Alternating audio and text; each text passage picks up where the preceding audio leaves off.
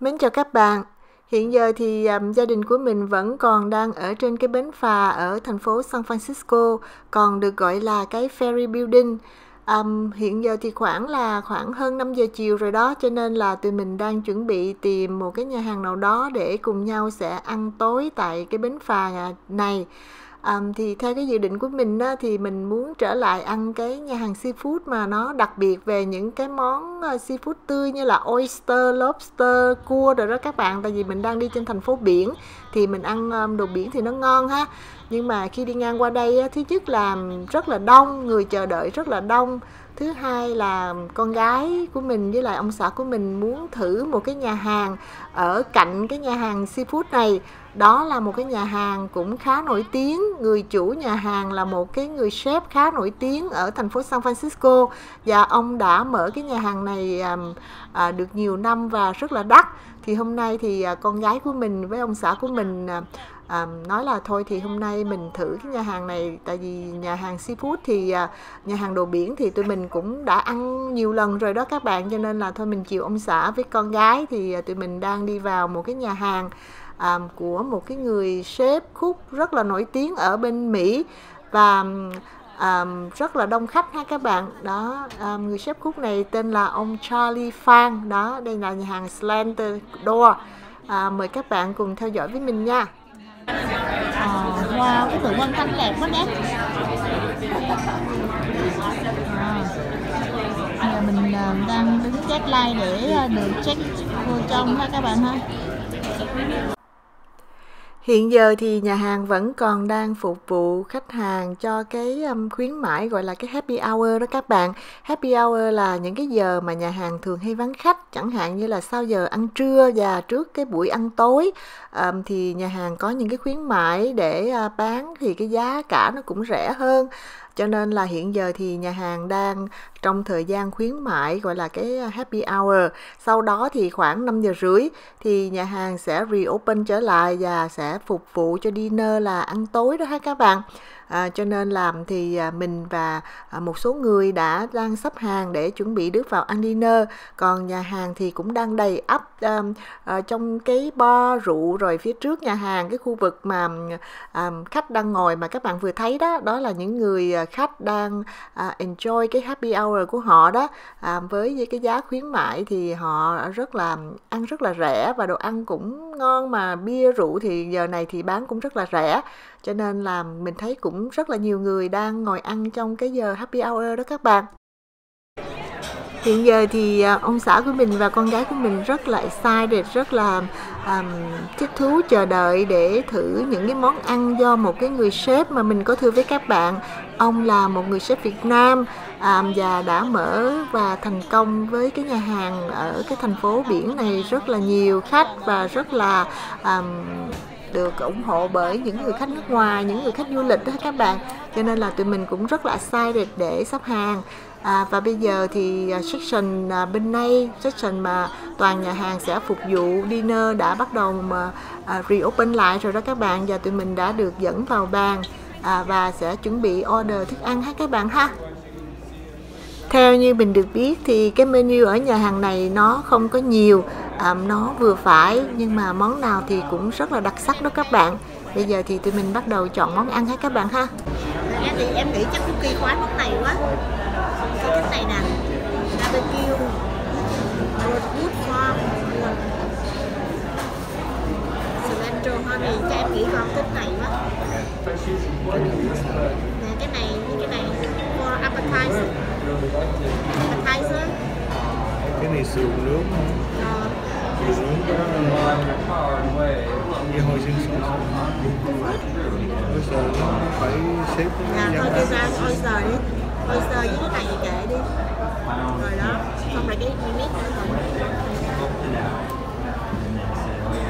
rồi con. Bây giờ thì con gái của mình và ông xã của mình đang order đồ ăn. Hôm nay thì thật sự từ sáng đến giờ tụi mình từ ở khu vực Silicon Valley rồi chạy xe về lên đây, rồi đi vòng vòng, rồi đi check-in hotel, rồi cũng lại đi vòng vòng ở cái bến phà này, cho nên là cũng rất là mệt. Gió thì nó cũng thổi hết luôn mấy cái make up của mình, nhưng mà mình cũng rất là happy, rất là excited để chuẩn bị ăn một cái bữa dinner và cùng với ông xã và con gái trên một cái thành phố biển vào một buổi chiều tại bến phà ở thành phố San Francisco, và nhất là được ăn một cái nhà hàng rất là nổi tiếng, và người chủ nhà hàng này là một cái chef cook rất nổi tiếng ở Mỹ nói chung và riêng về thành phố San Francisco ha các bạn. Bây giờ thì cái món khai vị hàu sống đã được mang ra.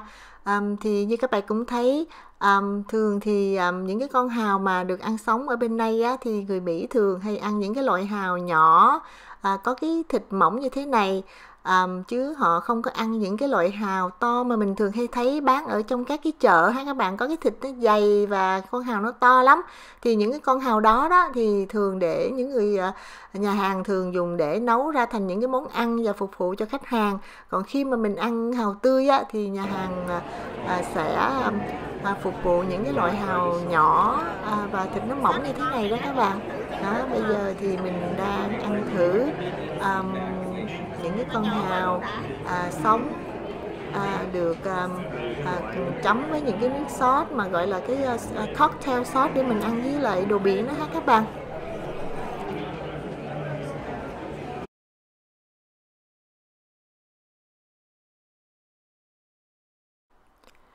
Còn đây là cái món khai vị thứ hai của gia đình mình tối nay, đó là cái món sườn bò được nướng lên ha các bạn, được gọi là barbecue đó. Thì khi mà mình nhìn cái order trong cái menu á, mình muốn order cái món này thì ông xã của mình lại hỏi mình là ô em muốn order món sườn nướng hả? Tại vì khi mà cái món sườn nướng này đó nó cũng không có lạ gì đối với gia đình mình. Ở nhà thì mình cũng hay làm sườn nướng theo cái hương vị của người Việt Nam. Còn ông xã mình thì mùa hè thì anh cũng hay làm barbecue sườn nướng theo cái khẩu vị hương vị của cái người Mỹ. Cho nên là khi anh thấy mình chỉ cái món sườn nướng thì anh cũng hơi surprise. Nhưng mà mình có nghe nói là ở cái nhà hàng này á, thì cái món sườn nướng này có một cái nước sốt rất là đặc biệt, cho nên là mình muốn ăn thử. Và khi mình ăn thử thì mình rất là hài lòng đó các bạn, tại vì cái nước sốt của cái nhà hàng này á, không quá đặc mà cũng không quá lỏng, nghĩa là cái chất xệt nó vừa đủ bám vào cái miếng thịt, để khi mà mình cắn cái miếng thịt đó thì cái nước sốt nó đi theo cái miếng thịt đó, nó tạo ra một cái mùi vị, một cái cảm giác rất là ngon á các bạn. Khi mà cái nước sốt đó mà quá đặc á, thì khi mà mình cắn vô thì mình thấy toàn làm cái mùi của nước sốt không, mình không có nghe được cái vị ngọt của cái miếng thịt hay là cái gì khác hơn hết. Còn nếu như mà cái nước sốt quá lỏng thì nó cũng không đủ để nó cover cái miếng thịt, khi mà mình bỏ miếng thịt vô miệng mình thì nó cũng không có cái chất vị gì đậm đà hết. Nhưng mà khi mà mình ăn cái món sườn ở cái nhà hàng của ông chef cook Charlie Phan này á, thì mình rất là hài lòng, nghĩa là cái nước sốt nó, cái sự đậm đặc nó cũng vừa phải, nêm nếm thì nó cũng nghiêng về phía miếng cái mùi vị của người Á Đông đó các bạn, cho nên là mình rất là hài lòng luôn đó ha các bạn ha. Đó, thì trong một thoáng là vợ chồng con cái của mình ăn sạch cái dĩa sườn luôn. Và bây giờ thì cái người phục vụ đã dọn dẹp cái bàn và cho tụi mình tiếp tục uống trà để chuẩn bị cho những cái món ăn chính của cái buổi dinner hôm nay sẽ được dọn ra ha các bạn, là những cái main course đó các bạn ha. Bây giờ thì những món ăn chính của gia đình mình đã được dọn ra. Hôm nay trong cái buổi dinner, những cái món ăn chính mình chọn đó là thịt bò filet mignon xào lúc lắc với lại cải xà lách son. Còn đây là cái món cua biển xào miếng. Theo như mình đọc trong cái menu này thì cái cua biển này được bắt ngay từ thành phố San Francisco, cho nên là mình đã đến San Francisco thì mình nhất định phải ăn món này ha các bạn. Tại vì mình sẽ ăn những cái con cua, những cái đồ biển mà người ta vừa bắt được từ cái biển này, nên nó rất là tươi, rất là ngon. Còn về cái phần rau thì con gái của mình order một cái phần broccolini xào. Broccolini là một loại rau, hình như mình nhớ là nó xuất phát từ ở bên Ý đó các bạn. Broccolini thì nó có cọng dài và nó cũng, cái taste thì nó cũng giống như là broccoli, nhưng mà nó có cái cọng dài và nó rất là giòn, rất là ngon. Con gái của mình thì rất là mê cái món broccolini xào tỏi này lắm đó các bạn. Thì mình trong cái menu đó mình thấy là có broccolini, rồi có cải làng xào, rồi có cải búp xôi gì đó ha các bạn xào. Nhưng mà mình thì mình chọn cái món broccolini, một cái món rau của người ngoại quốc mà được xào theo hương vị của người Việt Nam. Còn mình lại nhìn qua cái bàn bên kia thì một cái gia đình của người ngoại quốc thì lại order một cái món rau cải xào theo cái kiểu Việt Nam. Rau Việt Nam đó luôn, đó là cái cải búp sỏi đó các bạn. Thì phải có như vậy ha các bạn ha. Người ngoại quốc thì lại thích ăn những cái món của người Á Đông, còn người Á Đông thì lại thích thử những cái gì lạ của người ngoại quốc đó. Bây giờ thì vợ chồng con cái của mình đang chia cho nhau những cái món ăn và sẽ cùng nhau thưởng thức trong cái buổi dinner chiều hôm nay ha các bạn. Chiều nay mới là chiều thứ Năm thôi đó các bạn, mà mình thấy nhà hàng cũng rất là đông khách. Mình không biết là đến khi mà ngày thứ Sáu, ngày thứ Bảy, Chủ nhật thì chắc có lẽ là nhà hàng rất là đông, vì có nhiều người nghỉ việc, họ lên đây săn phân họ chơi, rồi khách du lịch cũng rất là nhiều. Cho nên là mình được biết là bình thường nếu như mà mình không có đi vào những ngày thường mà mình đi vào những cái cuối tuần thì cái nhà hàng này mình cũng phải xếp hàng cũng khá lâu để mới có thể được dẫn vào bàn để mà ăn uống đó ha các bạn. Đây thì là cho với lại có cải xà lách son này anh thấy không? Thử thịt bò Philippines nha. Mềm quá ha, mềm.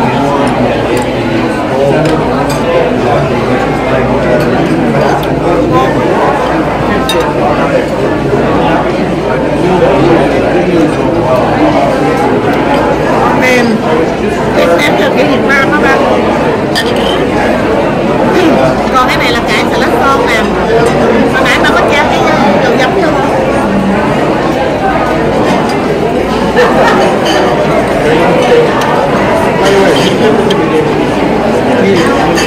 Cải xà lách son cũng ngon ha.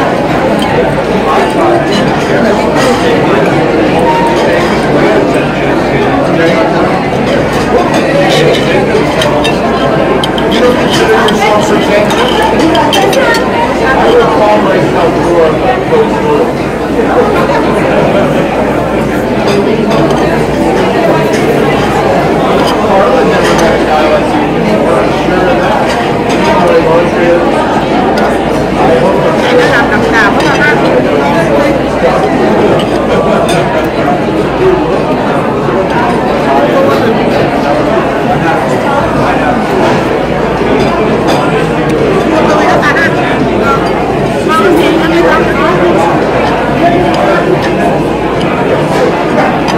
Nói chung thì tất cả các món ăn của ngày hôm nay thì gia đình của mình rất là hài lòng.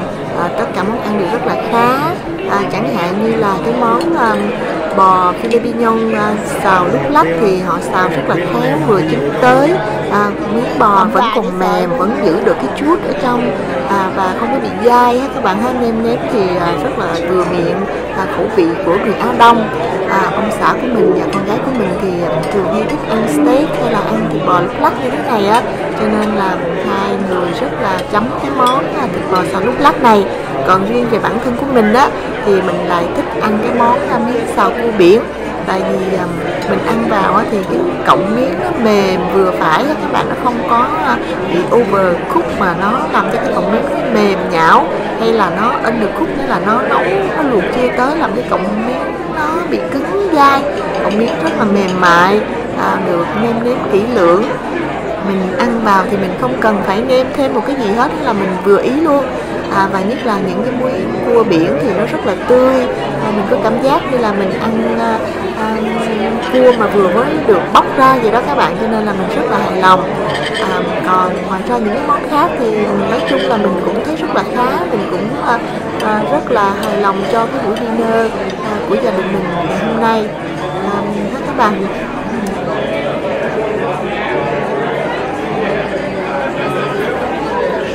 Bây giờ thì mình đã ăn xong, Còn ông xã của mình và con gái thì đang cố gắng ăn cho hết những cái món ăn ở trên bàn ha.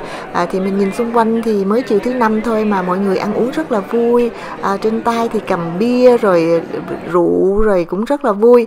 Còn tụi mình thì đang chuẩn bị để order món ăn tráng miệng đó ha các bạn. Đó, bây giờ thì cái người phục vụ đang dẹp dọn cái bàn cho sạch sẽ, rồi sau đó sẽ đưa cái menu ra cho tụi mình sẽ chọn món ăn dessert cho tối hôm nay. Bây giờ thì cái món tráng miệng đã được mang ra. Đây là cái món bánh beignet ha các bạn, được chiên rất là nóng.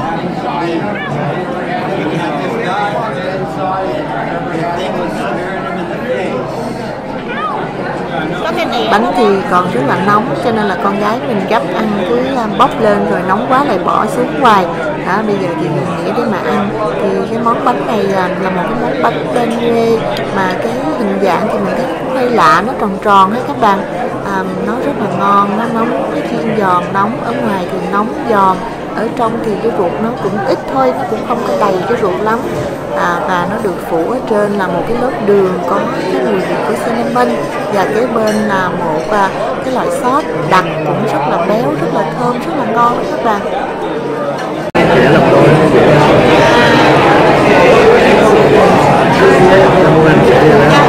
Anh lấy thử ra cho bé. Cái này là gì vậy ba? Cái cinnamon chắc hả? Giống như cái cinnamon.